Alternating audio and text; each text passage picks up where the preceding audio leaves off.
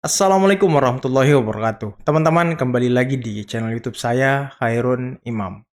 Nah, ini ada video yang sangat menarik untuk kita simak bersama-sama, di mana ini merupakan pidato yang sangat menggelegar dari Bapak Prabowo Subianto, Presiden terpilih Republik Indonesia.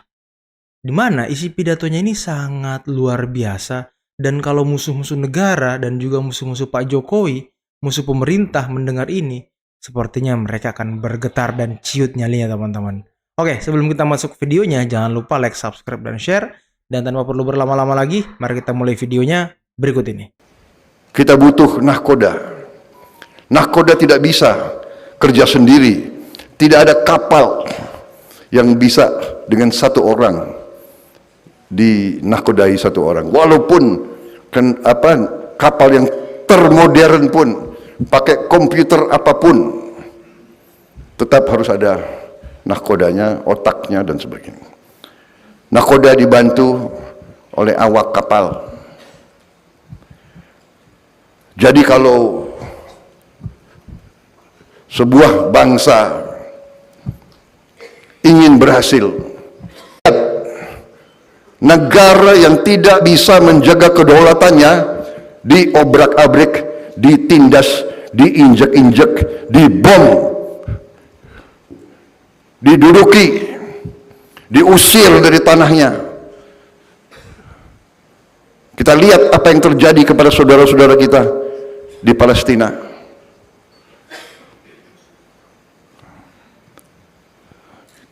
Kita lihat apa yang terjadi di Libya. Kita lihat apa yang terjadi di Sudan. Kita lihat apa yang terjadi di Yaman. Kita lihat apa yang terjadi di Suriah. Kita lihat apa yang terjadi di Irak. Kita lihat apa yang terjadi di Afghanistan. Manakala elitnya, pemimpin-pemimpinnya tidak bisa menyelesaikan perbedaan pandangan dengan cepat, dengan damai, dengan arif, dengan jujur, itu nasib bangsa-bangsa. Ini sejarah peradaban manusia. Mari kita lihat bapak-bapak sebagai tokoh-tokoh umat Islam pasti mengerti, faham sejarah Islam itu pun, bahwa sebuah peradaban, sebuah pemerintahan, sebuah katakanlah kerajaan sekalipun, imperium sekalipun, harus terdapat unsur-unsur tertentu. Dalam hal ini, kalau kita bicara tentang bangsa, tentang negara, saya ingin mengutip sebuah ajaran yang menjadi pelajaran dalam sebuah peradaban Islam yang terkenal dan kesohor, yaitu Imperium Ottoman, Imperium Osmani. Dalam Imperium Ottoman terdapat, mereka punya akademi gubernur. Mereka negara yang sangat canggih pada saat itu. Karena itu kalau tidak salah, Ottoman itu dari 1299 sampai 1923 itu berapa itu? 700 tahun lebih. Peradaban 700 tahun. Uni Soviet 70 tahun bubar. Yugoslavia sekitar itu 70 tahun bubar. Begitu banyak negara bubar nggak sampai 100 tahun. Kekaisaran ini bertahan 700 tahun lebih. Dan dia punya satu ajaran yang sangat menarik dan sangat penting menurut saya untuk kita fahami. Dan semua calon gubernur, istilahnya semua calon pemimpin masuk ke akademi ini dan dikasih salah satu ajarannya yang sangat sederhana. Satu rangkaian kalimat, tidak ada negara tanpa tentara yang kuat.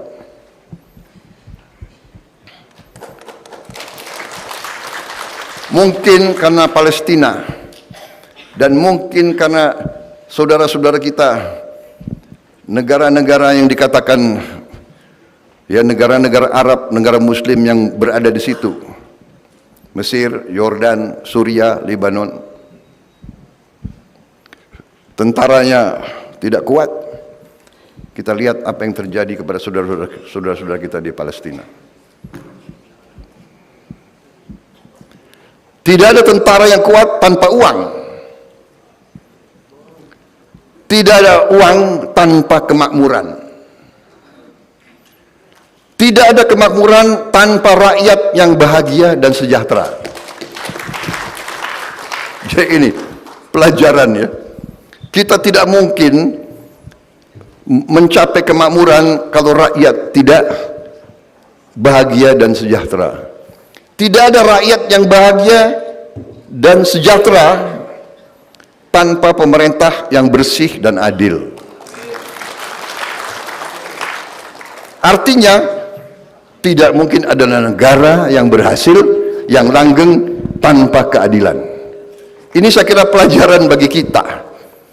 Siapapun yang mau maju, siapapun yang mau menawarkan diri, minta mandat kepada rakyat Indonesia, sebaiknya hafal ini. Marilah kita membangun negara yang adil. Rakyatnya bahagia, kita bisa mencapai kemakmuran. Dengan kemakmuran kita kuat. Dengan kita kuat, kita tidak bisa diinjek-injek, ditindas, dan dikerjain oleh kekuatan-kekuatan lain. Karena yang lemah pasti diinjek-injek, yang lemah pasti dilindas. Ini hukum peradaban manusia. Pelajaran mereka 700 tahun. Saya kira bapak-bapak sebagai ahli di bidang agama Islam faham bahwa dalam Islam pun pemimpin itu harus mengerti, harus faham tentang perang. Kita tidak ingin perang, tapi kita mengerti mereka yang tidak kuat akan ditindas, dan kita pernah mengalami. Marilah kita jujur, kita mengalami ratusan tahun kita dijajah. Saudara-saudara sekalian, ada suatu pelajaran lagi di negara-negara barat. Negara barat itu mengajarkan hampir di setiap sekolah mereka, di universitas mereka, di fakultas-fakultas mereka, apalagi fakultas strategi dan fakultas perang. Kita negara keempat terbesar di dunia.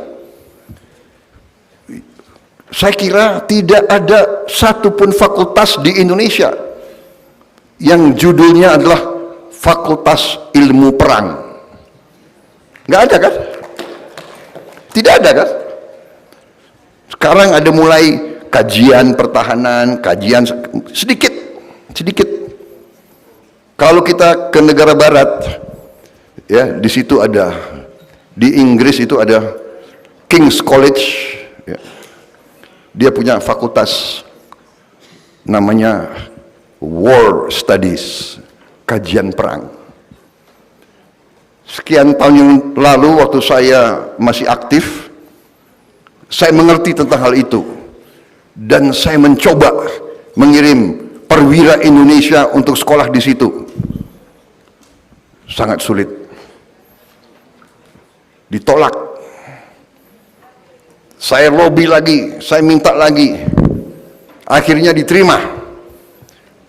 Tapi si mahasiswa kita itu, si perwira muda itu diintimidasi, di cywar. Kemudian dikatakan kamu boleh belajar di sini, tapi kau tidak dapat gelar. Benar ini kejadian. perwira itu saya panggil. Perwira itu masih saya ingat namanya, Restu. Waktu itu dia masih mayor atau nama lengkapnya apa? Restu, siapa Fri? Restu. Saya panggil dia, Restu. Kamu berangkat ke situ, kau belajar dan kau siap tidak dapat gelar. Tapi yang penting, saya menginginkan ada perwira Indonesia yang belajar apa yang mereka ajarkan di situ.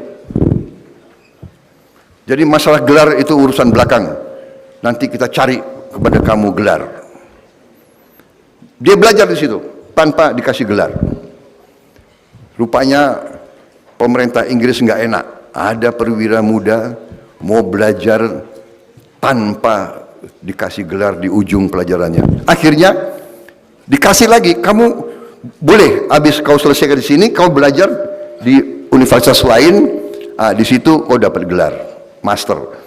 Jadi kalau orang biasa satu kali belajar dapat gelar, dia harus 2 kali belajar dapat gelar. Tapi enggak, tidak apa-apa, kita terobos pertama kali perwira Indonesia masuk di fakultas itu. Salah satu ajaran mereka sangat sederhana. Itu mereka sebut dengan hukum Thukydides, yang terdiri dari hanya satu kalimat. Hukum Thukydides berbunyi, the strong will do what they can, the weak suffer what they must. Yang kuat akan berbuat apa yang dia bisa berbuat, yang lemah harus menderita. Ujura, ini ajaran mereka, dan ini diajarkan ke setiap perwira dan pejabat yang akan memimpin dan mengendalikan sebuah negara di negara-negara barat. Dan ini terbukti. Apa yang kita lihat sekarang di mana-mana, kita lihat di Gaza,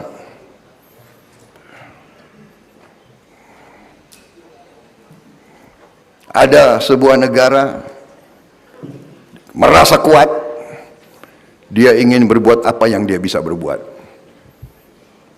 Dia mau bom, dia mau hancurkan, dia mau usir, dia mau duduki, karena dia kuat. Saudara-saudara,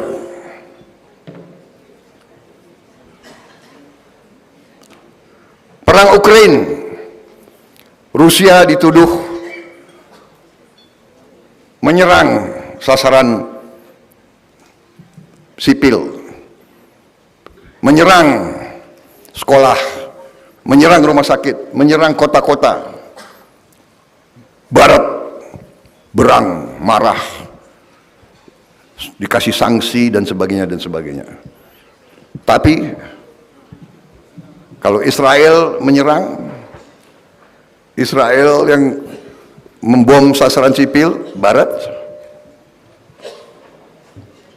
tidak memberi sanksi kepada Israel.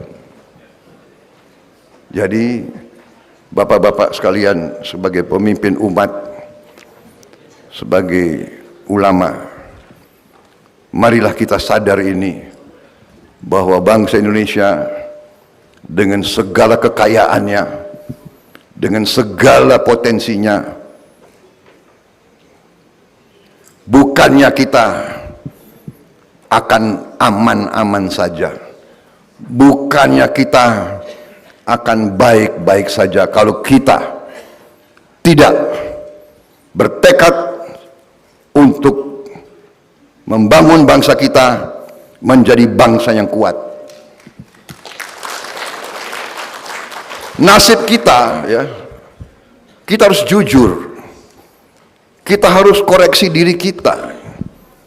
Bangsa kita ini, bangsa Nusantara ini, datang dari berbagai puluh suku bangsa. Ya. Pada dasarnya Sifat kita ini ramah. Sifat asli suku-suku di Nusantara ini ramah. Ramah kepada tamu. Bener kan? Ibu-ibu, iya kan?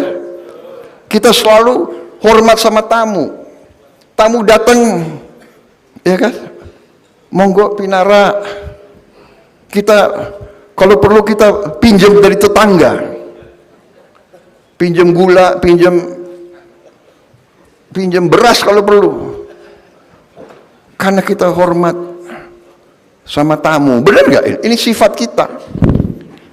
Bangsa-bangsa lain belum tentu sama dengan kita.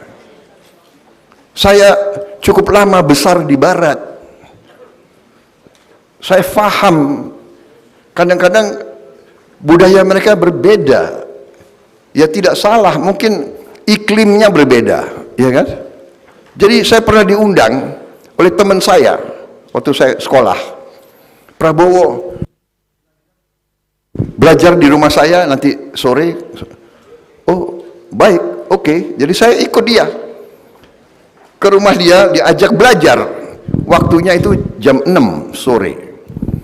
Waktu saya masuk ke rumahnya, keluarga dia sedang makan di meja makan.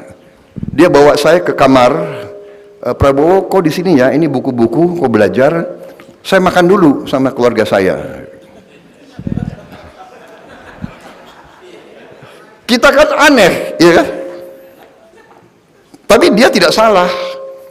Loh, saya ajak kamu ke rumah saya untuk belajar, bukan untuk makan.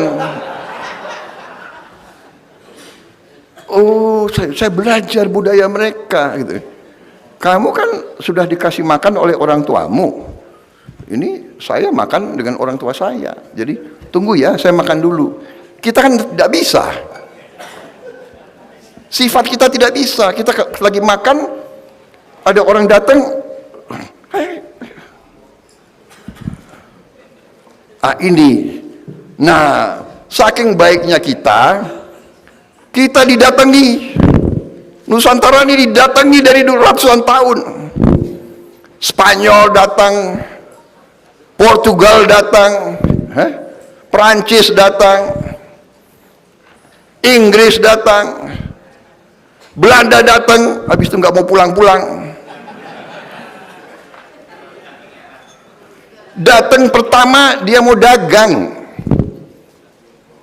Dia minta izin ke sultan-sultan kita, pangeran-pangeran kita, dia mau dagang. Sultan Banten, bolehkah kita dagang? Oh, dagang boleh. Bolehkah kita buka pos dagang di sini? Boleh. Begitu dikasih izin pos dagang, boleh enggak saya bikin tembok? Oh, boleh. Lama-lama temboknya tambah tebal.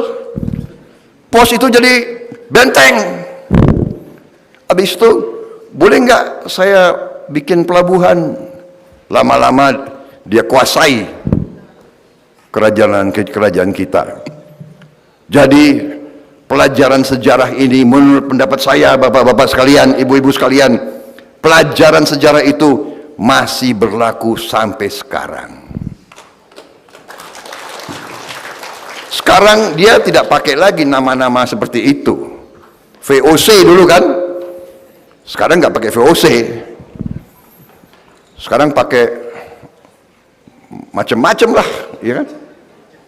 Perusahaan ini, perusahaan itu, bank ini, bank itu. Tapi ujungnya sama, dia mau kuasai kekayaan kita. Nah, di sini banyak ahli pakar, banyak tokoh, banyak birokrat kita, banyak pejabat kita, banyak pemimpin politik kita tidak terlalu sadar. Dan apa yang mereka lancarkan? Jelas, sangat jelas mereka lancarkan politik yang namanya divida et impera. Pecah, kuasai. Pecah, berkuasa. Divida et impera. Dan sampai sekarang masih berlaku. Kalau kita lihat, maaf, Ya, ini kita bicara di antara kita.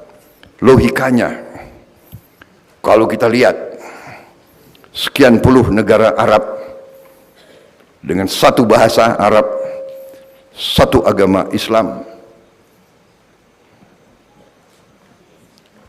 dengan kekayaan yang luar biasa, kekayaan cadangan minyak dan gas terbesar di dunia, di Irak, di Kuwait, di Qatar, di Bahrain, di Abu Dhabi, di Libya, di Sudan.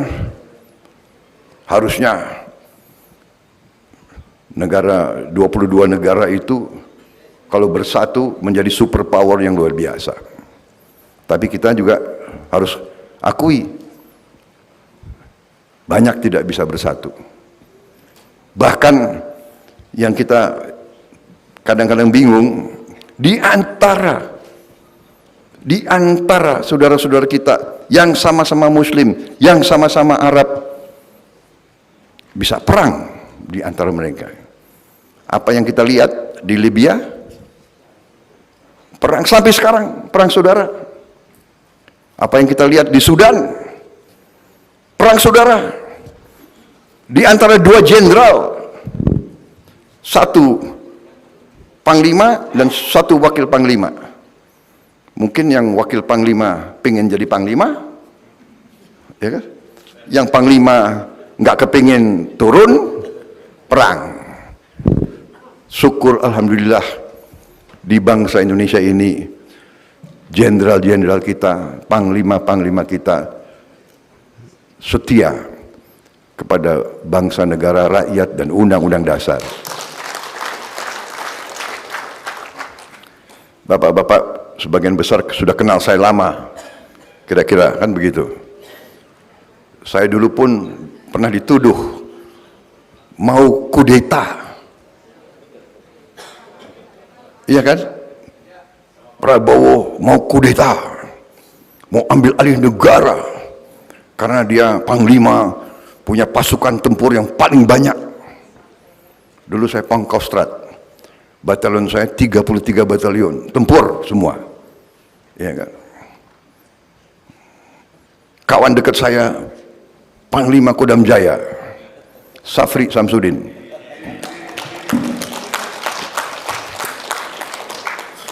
Sampai sekarang masih kawan baik, masih membantu saya. Maksud saya mau cerita, ya kan, dituduh. Tapi saya bertanya, sejarah mencatat, apakah Prabowo kudeta atau tidak? Kan tidak. Dituduh mau, tapi tidak lakukan. Saudara-saudara, saya maju, saya menawarkan diri untuk berbakti kepada negara. Saya ingin diberi mandat, saya ingin untuk diberi kesempatan memimpin bangsa dan negara ini. Karena saya merasa bahwa saya faham, saya mengerti apa yang sedang terjadi kepada bangsa kita ini.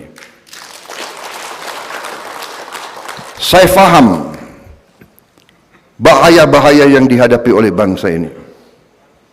Masalahnya adalah kekayaan bangsa Indonesia tidak tinggal di Indonesia. Saya bikin buku. Berapa buku saya buat? Saya bikin buku, menurut saya buku itu bagus, tapi nggak laku. Ini aneh nih, ulama kalau nggak laku dia ketawa lagi. Aduh, buku saya nggak laku, sedih dong. Jadi rupanya buku yang bagus memang belum tentu laku, ya kan? Saya belajar lagi, bikin buku lagi. Akhirnya karena mungkin nggak laku-laku, ya sudahlah, aku bikin buku, aku bagi-bagi saja gitu.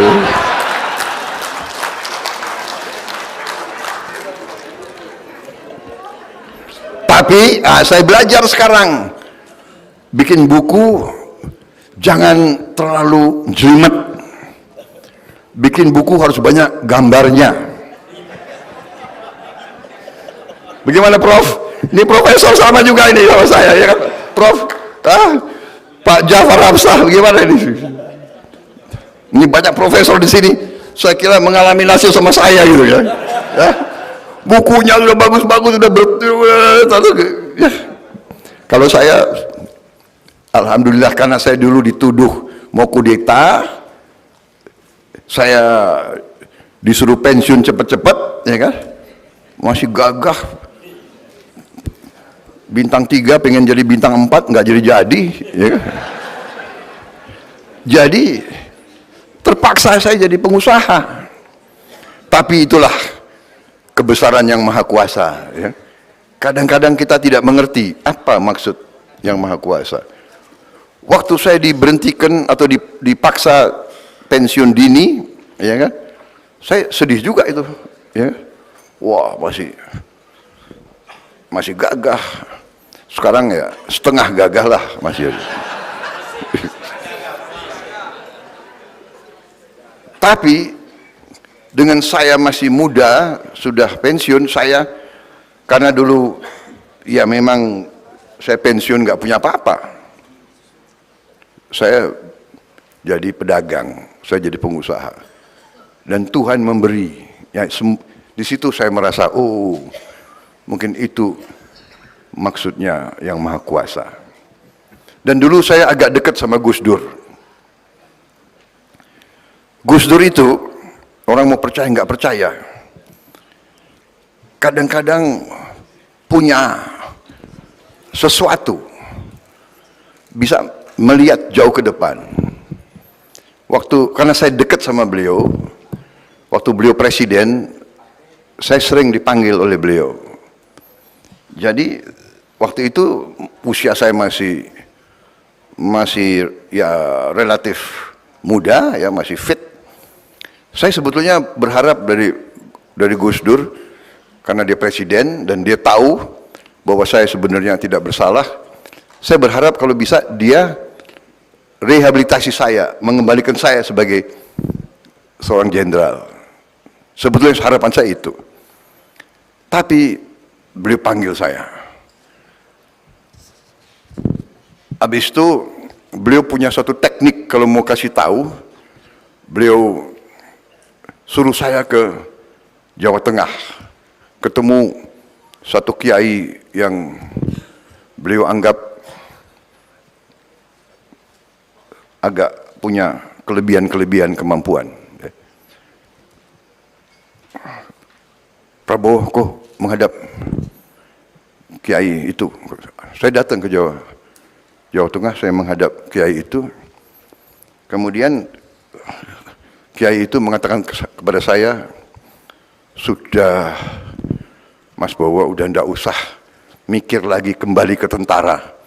Mas Bowo, jadi pengusaha saja. Lemes aku. Hah? Ketawa lagi. Wah, aduh, ini memang ulama Indonesia ini. Kecewa saya, waduh, ya. Masih menggebu-gebu kan, pengen gagah kembali Pak, kan saya enggak, dalam arti kan dituduh ini kan tidak terjadi. Sudah, habis itu saya kembali ketemu Gus Dur. Gus Dur kayaknya sudah tahu ya. Gimana Mas Bowo? Ya katanya suruh jadi pengusaha, Gus. Ya sudah, kamu pengusaha saja. Tapi ternyata, ya, mungkin itu yang menyelamatkan saya. Akhirnya saya jadi pengusaha. Tuhan memberi kebaikan-kebaikan, memberi rezeki yang baik, yang halal. Akhirnya saya bisa bantu banyak orang. Wah, luar biasa teman-teman ya. Gimana menurut kalian pidato dari Bapak Prabowo Subianto tadi? Sangat luar biasa dan sangat-sangat menggelegar. Inilah sosok pemimpin, sosok presiden yang akan dilantik tanggal 20 Oktober nanti teman-teman. Presiden yang mengerti tentang permasalahan bangsa, presiden yang mengerti tentang propaganda-propaganda barat, musuh-musuh negara ini. Beliau mengerti tentang bagaimana cara menghalau musuh-musuh pemerintah dan juga mungkin ini ya, taktik dan teknik adu domba yang selalu digunakan oleh para penjajah kita dahulu, teman-teman. Beliau sangat paham dan sangat fasih. Inilah sosok pemimpin yang kita butuhkan di era modern dan di era kondisi global yang sangat tidak stabil, perang di mana-mana. Ya, inilah yang kita butuhkan, teman-teman. Semoga Pak Prabowo bisa lebih baik dari Pak Jokowi ya. Oke, teman-teman, mungkin cukup sekian dulu video kali ini. Jangan lupa like, subscribe, dan share. Dan saya akhiri, billahi taufiq wal hidayah. Wassalamualaikum warahmatullahi wabarakatuh. Bye-bye.